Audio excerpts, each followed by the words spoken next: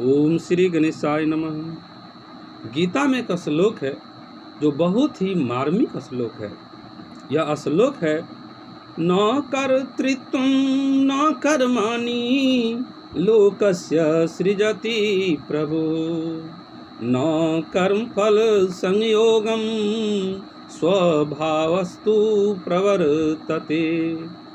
इसका अर्थ हुआ कि परमेश्वर कर्तृत्व अर्थात कि कर्तापन की,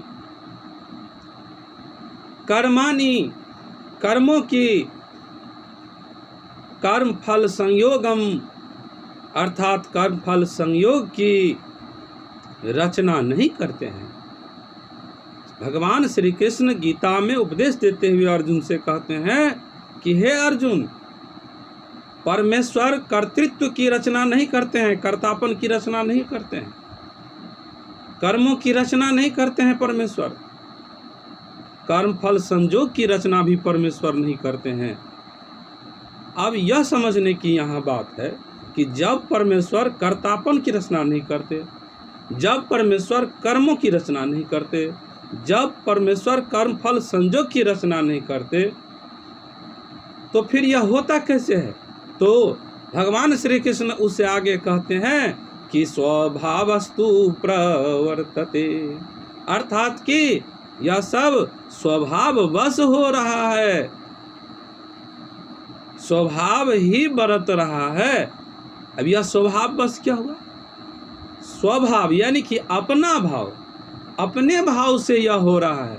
आपका जो भाव है, जैसा भाव है, उसी भाव के अनुकूल, उसी विचार के अनुकूल आप कर्म करते हैं और वैसा ही फल आपको मिलता है और वही आपको भोगना पड़ता है। यदि आप किसी फल के लिए उत्तरदायी हैं तो आप खुद हैं।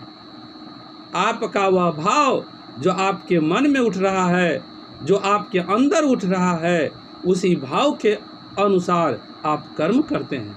इसलिए जीवन में जो घटनाएं आपके साथ होती है, उन सब घटनाओं के लिए आप ही जिम्मेदार है, भगवान नहीं। अब तो यह स्वाभाविक है कि जब महापरिवर्तन के समय सभी आत्माएं बनी, तो महापरिवर्तन के दौरान ये सारी आत्माएं अपने अपने कर्म में लग गईं और इनके पास जो भाव है, वह भाव उस परिवर्तन के अनुकूल ही है। और इन आत्माओं का लक्ष्य एक ही है कि जब हम महापरिवर्तन के समय निराकार प्रभु से निकल कर आए, उस निराकार प्रभु में वापस फिर से मिल जाएं। यही लक्ष्य है सभी आत्माओं का। अब यहाँ पर बात यह है कि भगवान श्री कृष्ण भी कह रहे हैं कि हर घटनाएं स्वभाव बस हो रही हैं, ईश्वर इनकी रचना नहीं करते हैं। एकदम स्पष्ट है। फिर भी कुछ लोग हाथ जोड़कर खड़े रहते हैं कि हे प्रभु, हमको ये दीजिए, हमको वो दीजिए।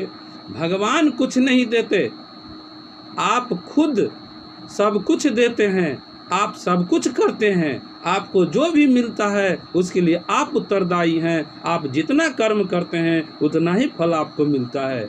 हो सकता है कोई मालिक आपको कुछ दे भी दे मांगने पर, तो वह आपका ही फल होता है। यदि उससे अधिक भी दे देता है तो फिर उसके बदले वे आपसे कर्म कराते ही हैं, क्योंकि प्रकृति के संतुलन के लिए कर्म करना जरूरी है।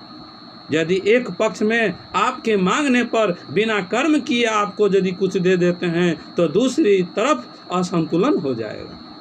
इसलिए भगवान भी कहते हैं कि कर्तापन की, कर्म की और कर्म फल संयोग की हम रचना नहीं करते, ये तो भाववश होता है और इसके लिए खुद सभी आत्माएं जिम्मेवार हैं।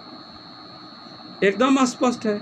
तो इसमें संशय की बात ही नहीं है कि मनुष्य हर घटनाओं के लिए खुद जिम्मेवार है। जैसा कर्म करता है वैसा ही होता है।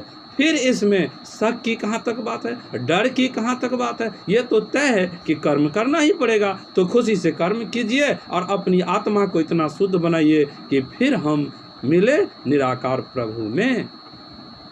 वैसा अपने आप को ढालना है, यानी कि सब कुछ के लिए हम खुद जिम्मेवार हैं। जय श्री राम।